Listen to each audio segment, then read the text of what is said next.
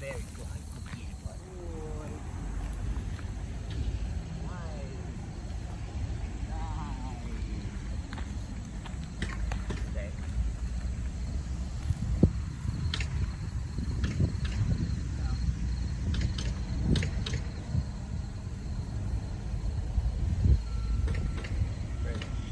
Break. Nice. Word.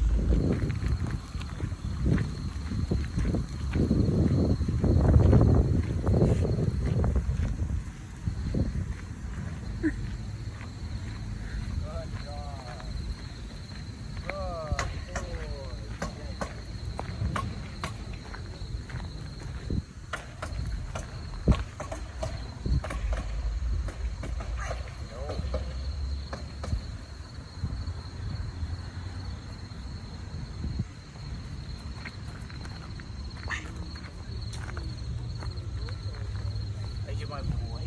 Are you my good boy? Hey, That was an important conversation, right? Brady. Focus on me. That's right. Where do I focus? Where do I focus? You hear that? Do you see that? Does everyone? On me. Right? Good. See, as soon as his eyes came to me and I said good, I got that good built up because when I give that thumbs up, you see him melt a little. Like, oh, I got it right. Good boy. Oh, hi, Brady. That's the response we want. Brady. Break. Nice work, bud. Nice work. It's harder because previously I was letting you free on the grass, but walking structure on the. Now walking structure on the grass.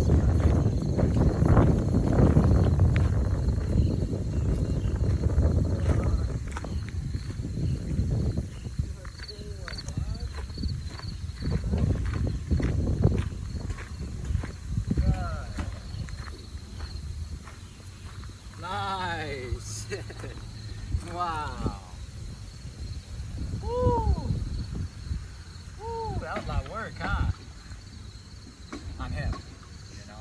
And on you. What's cool about that part when you get them to a certain part when you're using the beep for heel, it reminds me a lot of my Subaru, the new Subaru that we got last year. If I'm driving that car and I go over the white line or the yellow line, it goes beep, beep, beep, beep, beep, beep, beep, beep, beep, right? It beeps faster the more I get away and slower to not beeping at all when I'm in position. So we get to use that auditory way of learning too, not just the stem. So you see when he goes out, it goes beep, beep, beep, beep, beep, beep, beep, beep, and as he gets closer, there's no beep. Just another cool thing to play with, and I just watched him figure it out without any guidance whatsoever from me, but the beep when he was on the wrong side. Good job. Good job. All right, bud. Jump. Yes, my boy. That's good. Yeah. Stay. Good. Starting to get all these little Great. Yeah. That little moment where I say Brady and he looks at me before he does anything to see what I'm going to say is something that I have to make sure that I add into the program so things don't get sloppy. I notice if I don't do that, things get sloppy. He almost went over there to that person. He almost went over there to that person. Stopped himself. So much reactionary responses, but then look at, he notices that that's not what I want, readjusts himself without me doing anything. This is the definition of a dog who's trying to please you, right? Like, that's not how he was. That's what this living with him this way will produce, right? He wants to make sure he's doing the right thing at this point. We got a good boy on our hands who just now needs to tighten his training up and learn how to use it like this, and he just did. He said, I'm reacting to that, caught himself, and then thought, hey, what would Josh want me to do? And he laid down, and I said, I like that. And we just keep talking to each other like that. Now, if he goes and says, I don't care what Josh wants, I want to go do my own thing, that's where punishment comes in, okay? I hope it becomes obvious as to when we punish versus when we're just talking to each other. Good boy. And I think he's enjoying himself out here. Yes, he is. I like him. I like his the pride he gets for doing the right thing. I want to keep him that way with our relationship. I want him to feel pride for doing the right thing out on a mundane walk, you know? Break. Good boy. Come. Attaboy. Very good. Let's cargo. Brady, heel.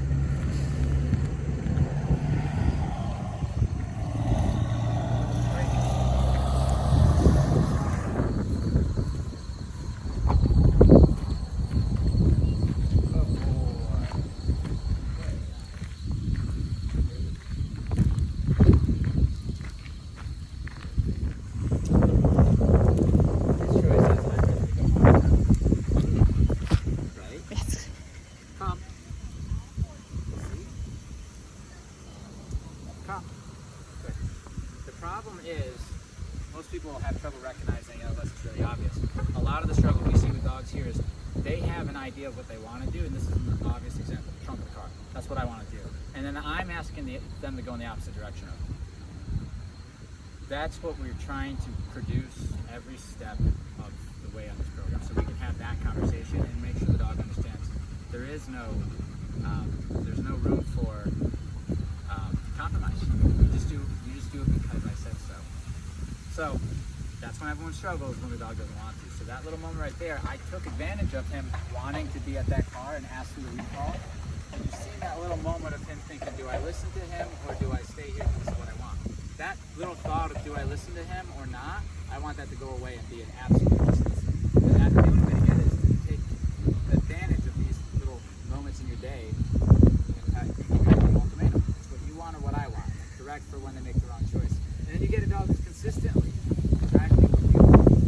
Unless you said they want to break, let your hair down while we're working, while we're out, you're going to try to be doing what you think I want. Read the room, okay? And he's going to learn that skill. He already has started learning very well. Good boy. Okay. So I'm really making it hard on him. He wants in that door, so I recalled him back away from it. I'm going to open it. I asked him to stay, so when I open it, you can't go up in.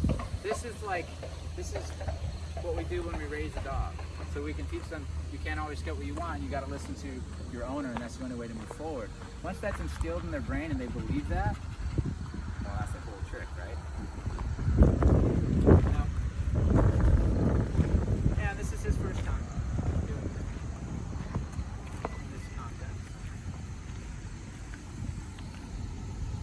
And I hope it's obvious to you with all those little movements forward and then the shaking, what's going on. This is a very common scenario. a dog who's used to acting on impulse and kind of getting what they want through begging for it. When you tell them no right away to wait, you see this anxiety. Okay? So what I say is he's breaking another rule, which is the calm part. So, shh. Right? We have that ability at this point in the training. Shh.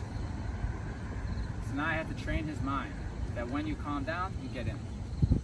Right? So it's rehab. It's always rehab, right? There's always this element to everything. Shh. That's why the dogs look good doing it towards the end, and they look comfortable in their own skin. Good. He has to submit to the fact that he's not going in there the first time. That's what it's going to feel like, is that I'm saying you can't go in. But what I'm actually saying is you can't go in like that. This is going to teach him the association of how to get what you want, be calm. And that's going to solve a lot of problems going on.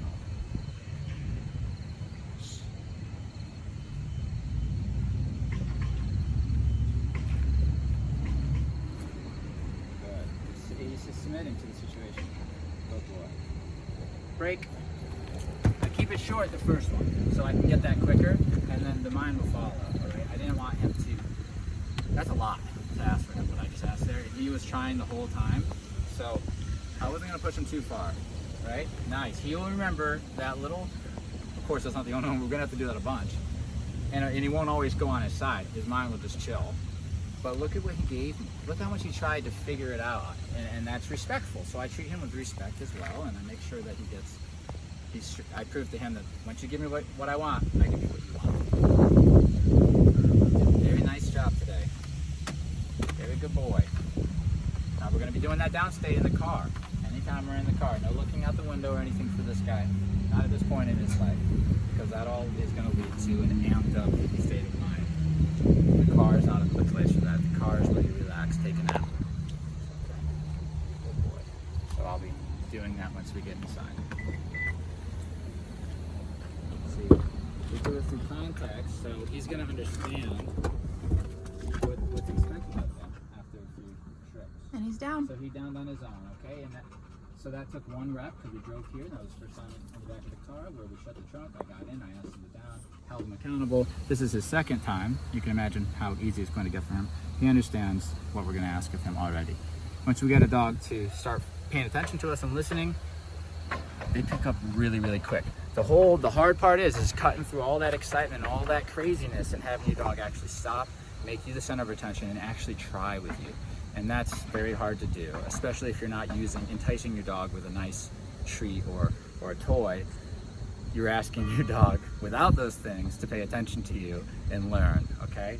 Once he got that and he gave me that, he's just learning, baby. We're out here doing this outing. Tomorrow we're going to come out again. We're going to try to get out as many times this week to start teaching him how to use this training so he can develop properly and head home.